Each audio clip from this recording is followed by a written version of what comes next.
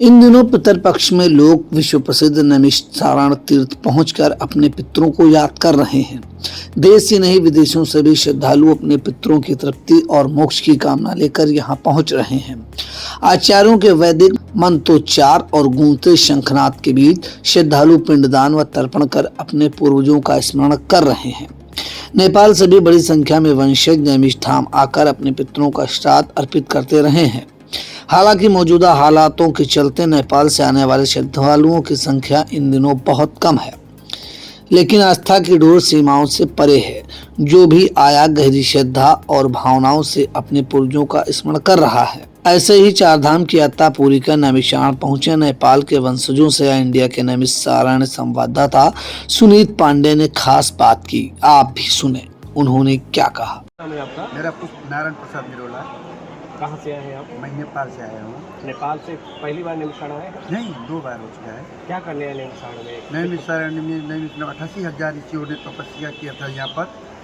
यहाँ पानी का समस्या जहाँ थी, लोग ऋषि मुनियों उन लोगों को तकलीफ हुआ था, जानवर ने तकलीफ दिया था। इसीलिए सुदर्शन चक्र को विष्णु भगवान को आराधना करके विष्णु भगवान को ने सुदर्शन चक्र गिरा देंगे। जहाँ गिरता है वहाँ पर पानी का मूल निकल जाता है। तुम लोग वहीं जा करके रहना। विष्णु भगवान ने तपस्या ऋषि मुनियों को बता दिया है। तो बताने के बाद में उन्हें सुदर्शन चक्र छोड़ दिया। सुदर्शन चक्र आकर के इस चक्र व्यू में गिर गया। तो उसको बाद में यहाँ पानी निकल गया। यहाँ 88,000 ऋषियों ने तपस्या किया। तो उसको वेद व्यास ने यहाँ पहली बार श्रीमद् भागवत कथा व्यास ने सुनाए थे। यदि यहाँ 88,000 ऋषियों ने यहाँ कथा सुन करके भागवत को पूर्णता दिया था। इसीलिए इस जगह में जो आए हैं, क्योंकि पितृ उद्धार के निमित्त के लिए और आत्मशुद्धि के लिए यहाँ पर हम लोग आए हैं। इस समय नेपाल की हालत बहुत ही खराब है। हाँ जी, खराब। क्या कहना है? क्या ये जिंदगी वहाँ के युवा है, ऐसा क्यों युवाओं को आगे कदम उठाना पड़ा? क्या इसका कारण है? इसका कलंक सबसे बड़ा भ्रष्टाचार है। नेपाल में जो भी आ रहा है नेता लोग, पंचायती काल था, बादल आया, रात 15 के बाद में सारे भ्रष्टाचार से देश मुक्त नहीं हुआ, पूरा गजट गया। इसके बाद में सारे नेता लोग प्रधानमंत्री से लेकर के क्या बोले संसद तक का लोग सारे भ्रष्टाचारी हैं। तो भ्रष्टाचार के कारण से नेपाल में द्वंद्व होने का कारण बार बार आ रहा है। कि द्वंद्व के कारण से सारे लोग को, जो नेपाली लोग हैं उन लोगों को बहुत तकलीफ हो रहा है। गरीबी के कारण से विदेश जाना पड़ता है। सारे विदेश में भेज करके आपने मौज मस्ती से चला रहा है देश। इसीलिए कोई भी पार्टी ठीक न रहने के कारण से ये झोंका-झोंक में रिसारिश में विद्यार्थी को 1900 विद्यार्थी को मार दिया है। उनको चिर शांति के लिए भी हमने यहाँ कामना किया है। उन लोगों को भला करे भगवान। नैमिषारण्य में 88,000 ऋषियों ने तपस्या किया है। यहाँ आकर के उनको आत्मा की चिर शांति की शुभकामना मैं प्रकट करना चाहता हूँ। भारत और नेपाल पर इस समय कैसी स्थिति? आप भारत से पार, क्योंकि बॉर्डर से नेपाल है, बॉर्डर के समय कैसी स्थिति है? देखिए, बॉर्डर में अभी नेपाल भारत का समन्वय है। तो लेकिन अभी इस समय में नेपाल में कर्फ्यू लगा हुआ है। कर्फ्यू लगने के कारण से कुछ न कुछ गड़बड़ है। तो लेकिन नेपाल और भारत रोटी बेटा के देश है। नेपाल और भारत एक ही है, इसमें कोई फर्क नहीं है। हिंदू राष्ट्र है, वो भी यहाँ भी हिंदू नहीं है। 80% हिंदू नेपाल में है, तो 20% क्रिश्चियनी और धर्म वाले लंबी है। तो सारे नेपाल में जितने भी मंत्री देख ले, प्रधानमंत्री से लेकर के सब लोग हैं, सब क्रिश्चियनी हैं। तो इस कारण से हिंदुओं में सारे दुख पा रहे हैं। इस कारण से पशुपतिनाथ मंदिर हैं, सारे लोग यहीं से जाते हैं। हम लोग भी उधर से इधर आते हैं। हम रोजी रोटी का, हमारा 2 देश का एक संबंध है। जनक राजा के पुत्री सीता को श्री राम ने शादी करके ले आए हैं राम अयोध्या में। तो इस कारण से और मजबूत नेपाल भारत एक सांस्कृतिक परंपरा सब मिला करके हम लोग दाजू भाई का नाता रखते हैं। क्या नाम है आपका? मेरा नारायण प्रसाद निरोला है। कहाँ के रहने वाले? मैं रहने वाला सुनसरी जिला भरोल वार्ड नंबर 3 में मेरा घर है। नेपाल से मैं मेरा बीबी भी लेके आया हूँ, लड़की भी लेके आया हूँ। बद्रीनाथ को दर्शन किया, केदारनाथ को दर्शन किया, पिंडदान का व्यवसाय यहाँ तर्पण किया। इसी तरीके से आए हैं भाई साहब। आप लोगों ने जो हम लोगों को निर्माण किया उसमें very धन्यवाद देना चाहता हूँ। नेपाल में कहाँ से? नेपाल में हम इस पार्ट में नेपाल पूर्वी भाग से इटली से। भारत देश कब आए हैं, कब बॉर्डर से कब आए हैं? भारत देश हम भाद्र 13 गते आए हैं। अब सब जगह घूम के हम उधर नेपाल जा रहे हैं।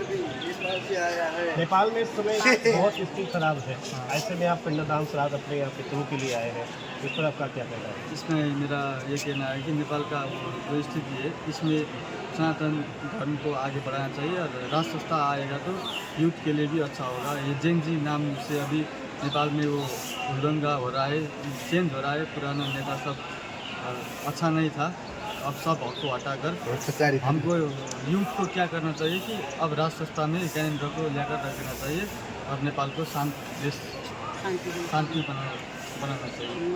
जयंती युवाओं का एक आंदोलन था, आप भी युवा है, किस वजह से देखते कि क्या समस्या थी कि इतना बड़ा पलट हो गया, भारत नेपाल में इतना बड़ा पलट आ गया? नेपाल में बहुत सा धर्म हो रहा है अभी, लेकिन सनातन धर्म को हमें प्रोत्साहन करना चाहिए। वो हमारा पहले से ही चल रहा धर्म है। अभी नेताओं से सब दुष्ट हो गए, भ्रष्टाचार मेन तो करप्शन है। करप्शन से ज़्यादा नेपाल में बहुत दिक्कत आ रही है, नीचे से लेकर ऊपर तक इतना दिक्कत है करप्शन का, इसलिए यूथ को इतना गुस्सा आ गया कि वो सब विध्वंस कर दिया।